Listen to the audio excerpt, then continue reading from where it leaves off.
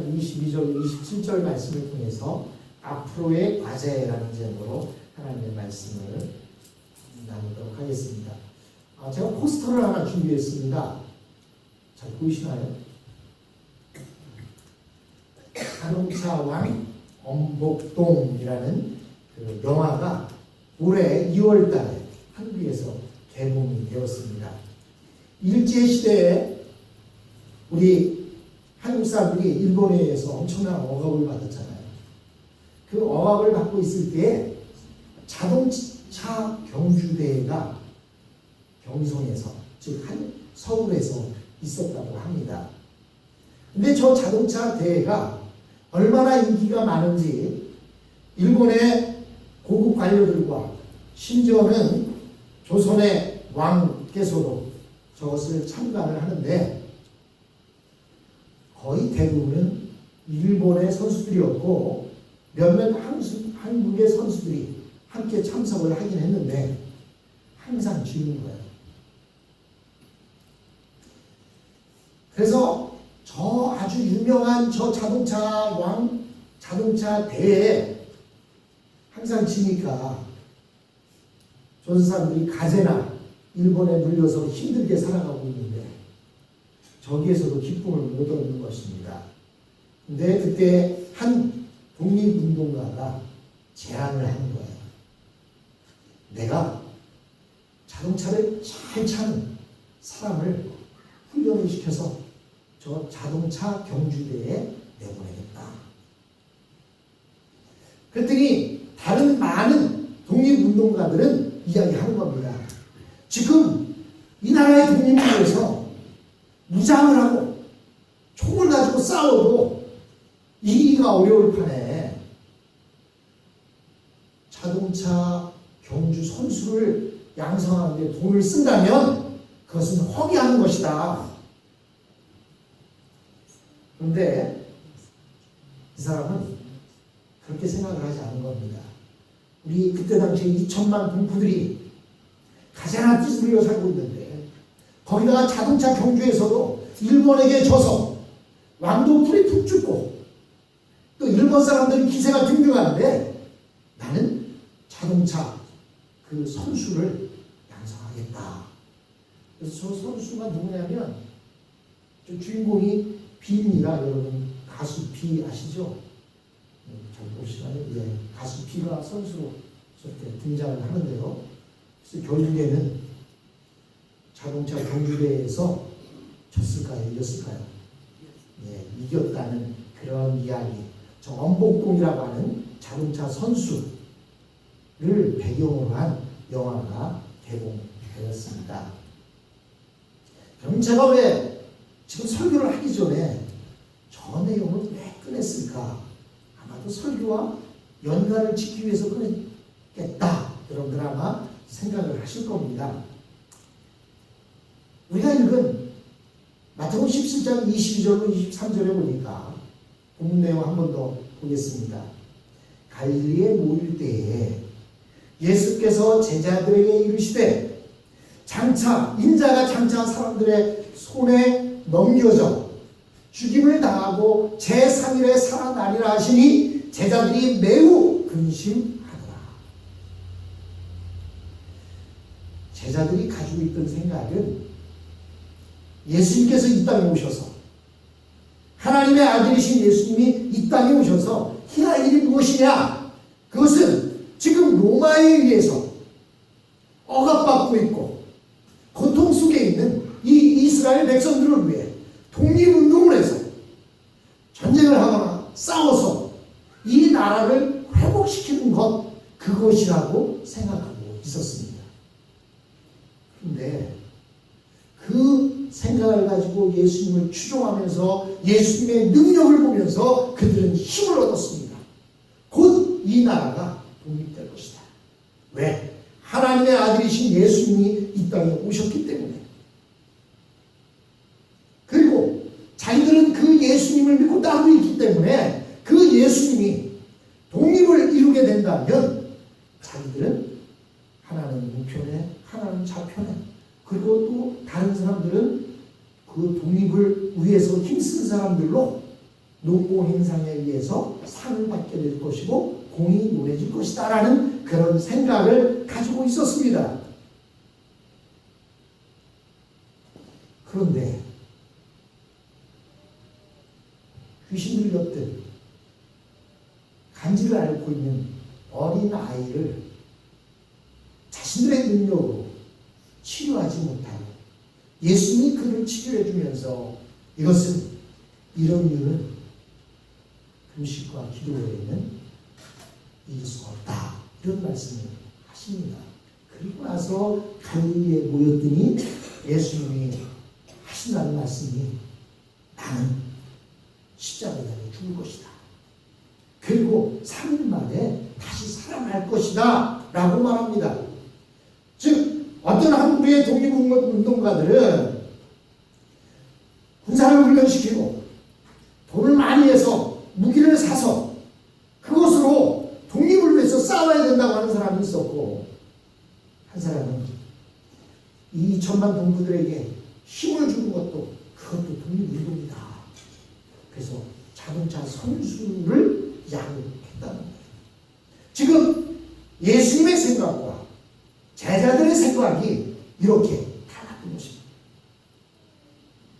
근데 제자들이 이 말씀을 듣고 제자들이 매우 근심하더라 라고 이야기하고 있습니다.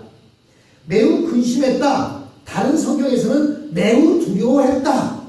이렇게 되어 있습니다. 다른 말로 표현하면 그 말이 매우 듣기 싫었다는 거예요.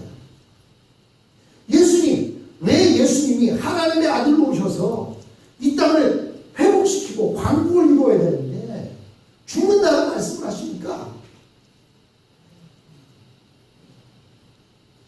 제자들은 예수님의 신상에 좋지 않은 변화가 일어날 것이라는 그 말을 듣는 순간 그 말이 아주 싫었습니다. 이것은 예수님의 그 말을 인정하는 것을 원치 않았던 것입니다. 제자들은 지금 모든 것이 지금의 상태로 계속 되는 것만을 원했지 다른 변화가 일어나는 것을 원치 않았습니다. 그러나 하나님의 일은 사람이 좋아한다고 해서 일어나거나 또 싫어한다고 해서 일어나지 않는 것이 아닙니다.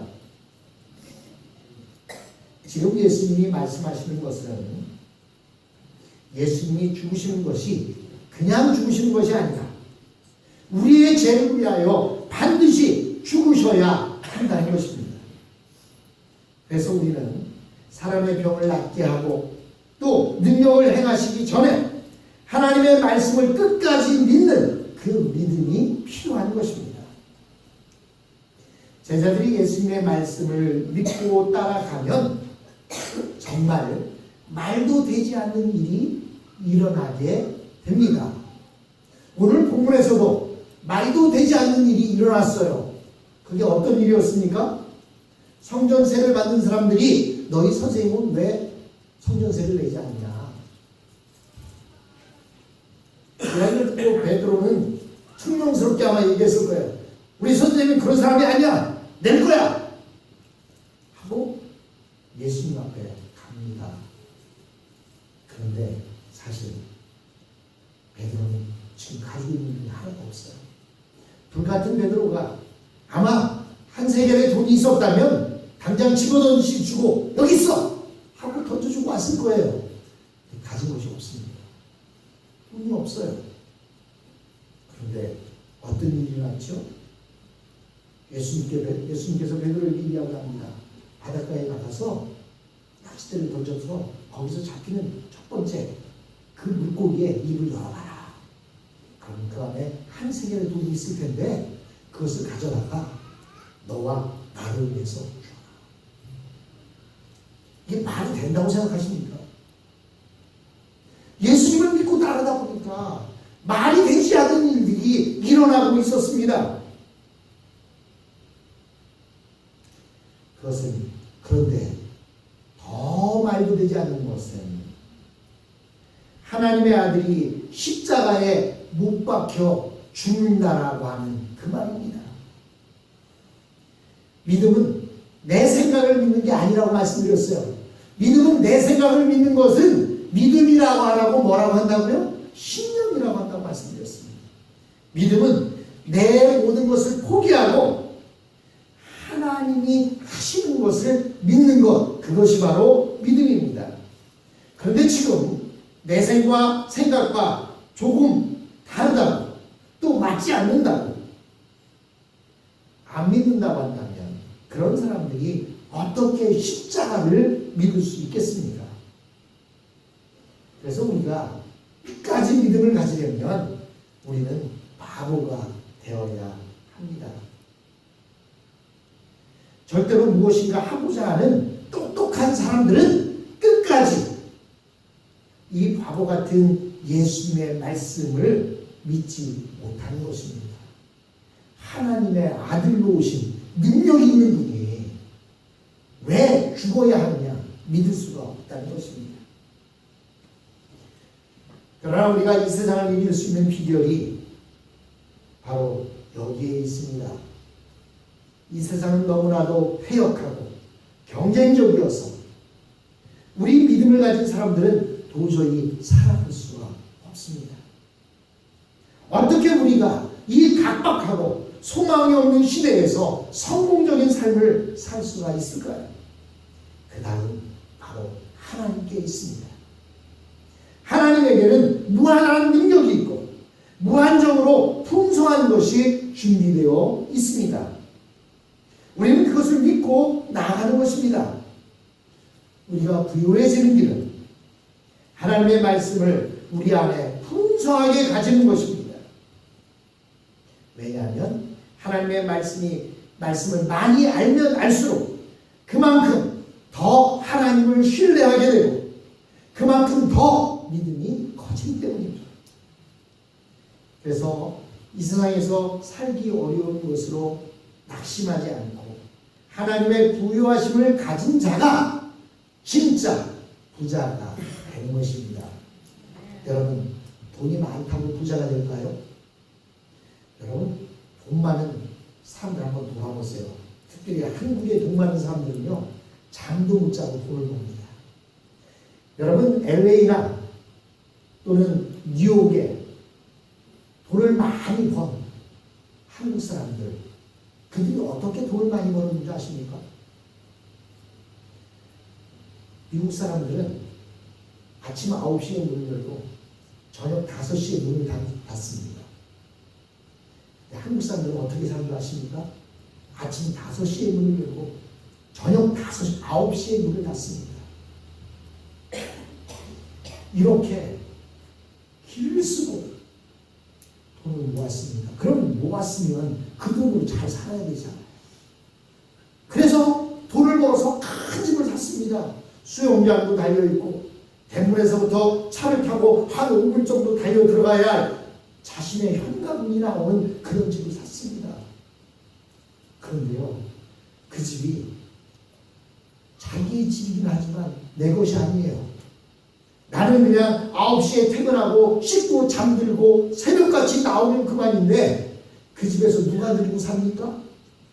그 집에 집안일을 도와주러 온 사람이 음악을 다 틀어놓고 커피를 끓여 마시면서 흥얼흥얼 청소를 합니다. 그 집에 수영장을 청소하러 온 사람이 수영장을 청소하다 말고 덥다고 옷 벗고 그 집에서 수영을 합니다. 수영장 딸려있고 멋있는 집을 가지고 있지만 나는 그 집에서 즐기지도 못합니다. 그것을 보고 누가 잘 산다고 말할 수 있겠습니까? 우리 한국 사람들은요, 잘못된 말을 사용하고 있어요. 부자는 부자라고 말해야 되는데 부자라고 안 하고 뭐라고 말합니까? 아, 저 사람 잘 사는 사람이야. 아닙니다. 부자라고 잘 사는 사람이 아니에요. 성경에도 잠언을 보면 육선이 가득하고도, 즉 고기 음식을 아무리 많이 먹고도 다투는 사람들은, 그런 가정에 있는 사람들은 여간 채소를 먹으면서 행복한 사람보다 못하다고 성경은 말하고 있습니다. 여러분, 세상 사람들은 돈이 많으면 부자라고 생각합니다. 그건 아니에요. 진짜 부자는 누굽니까? 하나님의 부유하심을 가지고 있는 사람들, 그 사람들이 진짜 부자인 것입니다.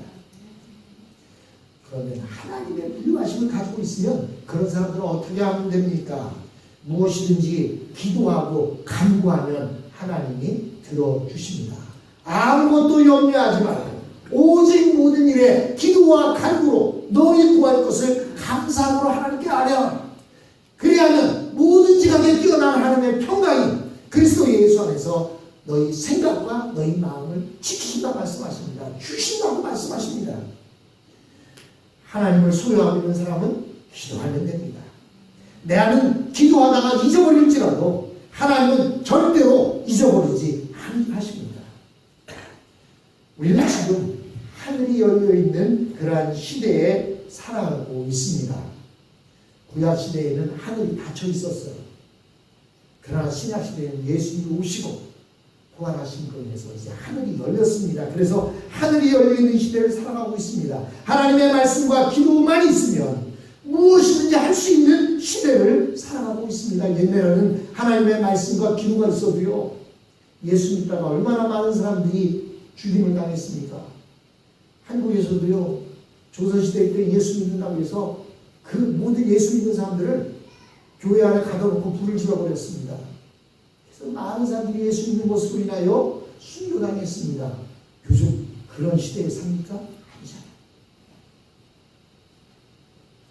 여러분, 우리는 하나님의 말씀과 기도 이것만 있다고 그것을 생각하며 산다면 이 세상에서 성공할 수 있습니다.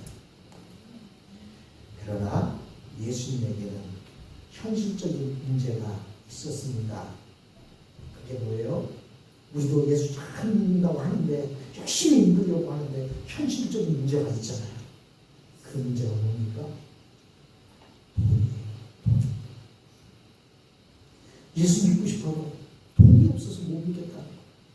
주일에 예배 드리고 싶어도 돈을 벌어야 되기 때문에 못 나오겠다. 그런데 성경에도 보니까 현실적인 문제가 바로 돈이었습니다. 예수님께서 귀신 들리는 아이를 멋지게 치료하시고 가버나움에 이르렀을 때에 가버나움에 도착해 보니까 세금 청구서가 도착해 있었습니다. 즉 그것은 성전세를 내라는 것이었습니다. 24절 25절 상반절에 보니까 가버나움에 이르니 반세기를 받는 자들이 베드로에게 나와 이르되 너희 선생은 반세기를 내지 아니하느냐? 그랬더니 베드로가 이르되 내신다. 이 말이 나와 있습니다.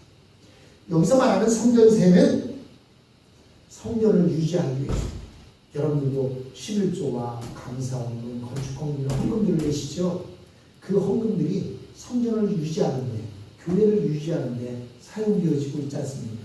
마찬가지로 이스라엘 백성들은 만 20세 이상이 된 이스라엘의 사람들이라면 누구나 1년에 한 번씩 반세겔의 성전세를 내도록 되어 있었습니다.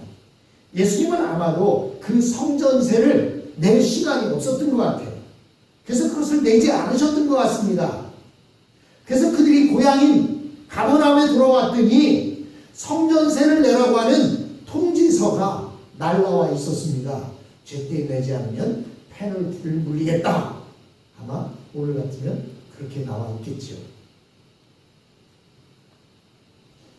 그런데 이 베드로는 성전세를 낼 수 있을 만한 돈이 없어서 짜증이 났던 것 같아요. 그래서 성전세를 거두는 사람이 베드로에게 내 선생님이 왜 세금을 내지 않느냐라고 하니까 베드로는 내신다 이렇게 얘기했을까요? 야, 낼 거야. 예수님, 우리 선생님 예수님이 째째하게 그거 안 내고 살 것 같아? 라고 아마 짜증을 냈을 것 같아요. 불만이 섞인 목소리로 대답을 했습니다. 아마 많은 돈도 아닌 이 반세겔의 세금이 베드로를 짜증나게 만든 것입니다. 베드로는요, 우리가 본 대로 높은 산에서 예수님의 영광스러운 변화를 목격했습니다. 그리고 내려와서는 귀신 들린 아이에게서 귀신이 떠나가는 것을 보았습니다. 그런데도 베드로는 반세겔 때문에 짜증이 났고 화가 났습니다. 저와 여러분들은 어떻습니까? 교회 와서 열심히 찬양하고 기도하고 말씀을 드리며 은혜가 충만했습니다. 근데 집에 갔더니 텍스 용지가 큰 날라와 있는데 지금 내 주머니에 가지고 있는 돈이 그만큼이 안 됩니다. 얼마나 짜증이 나겠습니까? 교회 가서 은혜 잘 받고 돌아가는데 짜증나는 사람처럼 지금 베드로가 그런 상태에 있었습니다. 그러나 예수님은 베드로에게 당장 갈릴리 바다로 가서 낚시를 하라고 말씀하셨습니다. 그러면 맨 처음에 올라오는 물고기 입에 한 세겔이 있을 것이라고 하셨습니다. 즉 예수님은 갈릴리의 그 많은 물고기 중에 어느 한 물고기의 입에 돈이 물려져 있다는 것을 미리 아시고 그 물고기를 베드로의 낚싯바늘에 걸리게 하신 것입니다. 예수께 이 정도의 능력이 있다면 우리는 어떻게 할까요? 지금 당장 가게로 달려가서 로또 복권을 하나 사야 되지 않겠습니까? 예수님께서 어느 가게 어디에 가면 그 로또 복권 끝자리 몇 자리 내가 지정해놨어. 그거 하나 사들고 와.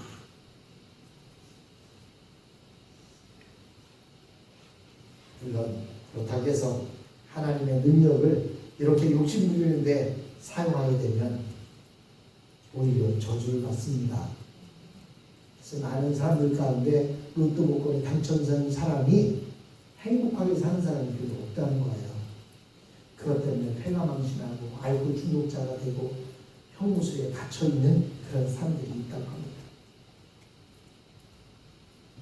예수님은 베드로에게 신앙이 이런 현실적인 문제를 해결하며 하나님께서는 인간이 고민하는 것을 생각지 못한 방법으로 얼마든지 해결하실 수 있다는 것을 깨닫게 해 주셨습니다. 그래서 하나님의 능력을 의심치 말고 믿으라고 말씀하시는 것입니다.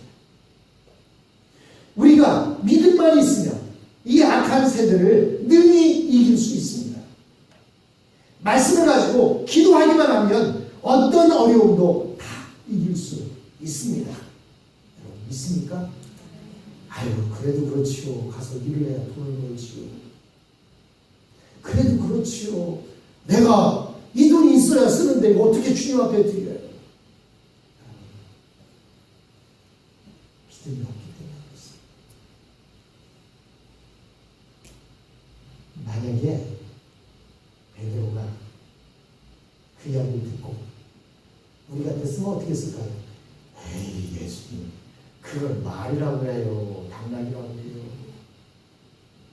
어떻게 물고기 입에 한 세겔짜리 동전이 들어있을 수 있어요? 에이 예수님 말같지도 않은 소리는 하지도 마세요. 아마 여러분이나 혹시 저의 모습 가운데 그런 모습은 없습니까? 우리가 기초공사를 하면서요 그날 비가 온다고 되어 있습니다. 비 올 확률이 80%예요. 그리고 비가 엄청나게 쏟아집니다. 하나님 앞에 기도했는데도 제가 그 기초공사 끝나고 몸살이 이틀가 나왔어요. 왜 그랬을까요? 믿음이 부족했습니다.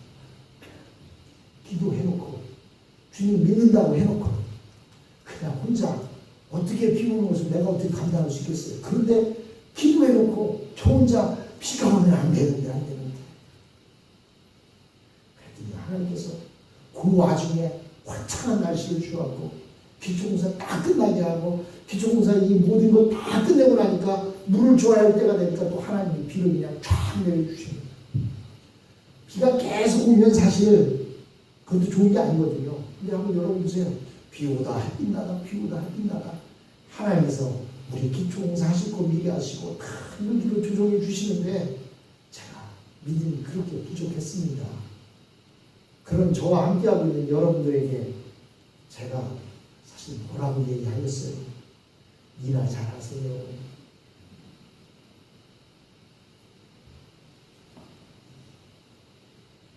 우리는 믿음만 있으면 이 악한 세계를 능히 이길 수 있습니다. 내 것을 포기하고 나를 포기하고 하나님을 의지하면 이 모든 것이 이루어집니다. 베드로가 만약에 그 예수님의 이야기를 듣고 에이 예수님 말 같지도 않은 소리 하지 마세요. 내가 가서 흙을 파갖고 하루 노동을 해갖고 돈을 벌어다가 예수님 거 대신 내드릴게요. 베드로는 그렇게 하지 않았어요. 가서 낚시를 합니다.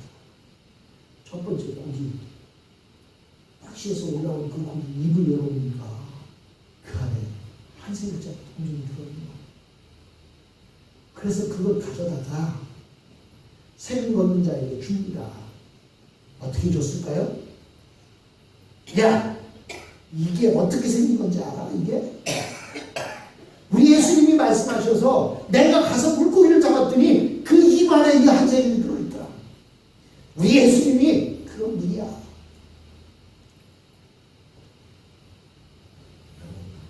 내가 생각하기에 불가능하다고 해서 미리 포기하지 말고 끝까지 예수님만 붙잡고 예수님이 시키는 대로 한다면 이 각박한 세상, 이 미친 세상, 이 엉터리 같은 세상 속에서도 우리는 능히 이길 수가 있습니다.